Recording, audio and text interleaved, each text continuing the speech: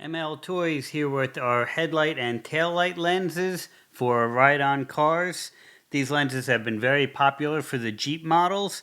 They are transparent. I don't know if the camera shows my fingers behind it, but if you have a light, LED light that you put behind here, like our LED ride-on light kit, the lights will shine through it. The depth on them is narrow, but it is just enough to fit our LED kits behind it.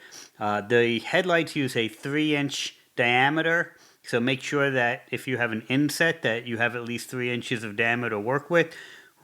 We have screw holes on them, and the kits do come with the screws for them. We also have the taillights in the Jeep style. These bolt to the outside of any vehicle. Don't limit yourself to a Jeep. And same thing, they are transparent and there is room behind them to fit an LED light. Very simple but fun adding factor for your ride-on car from ML Toys.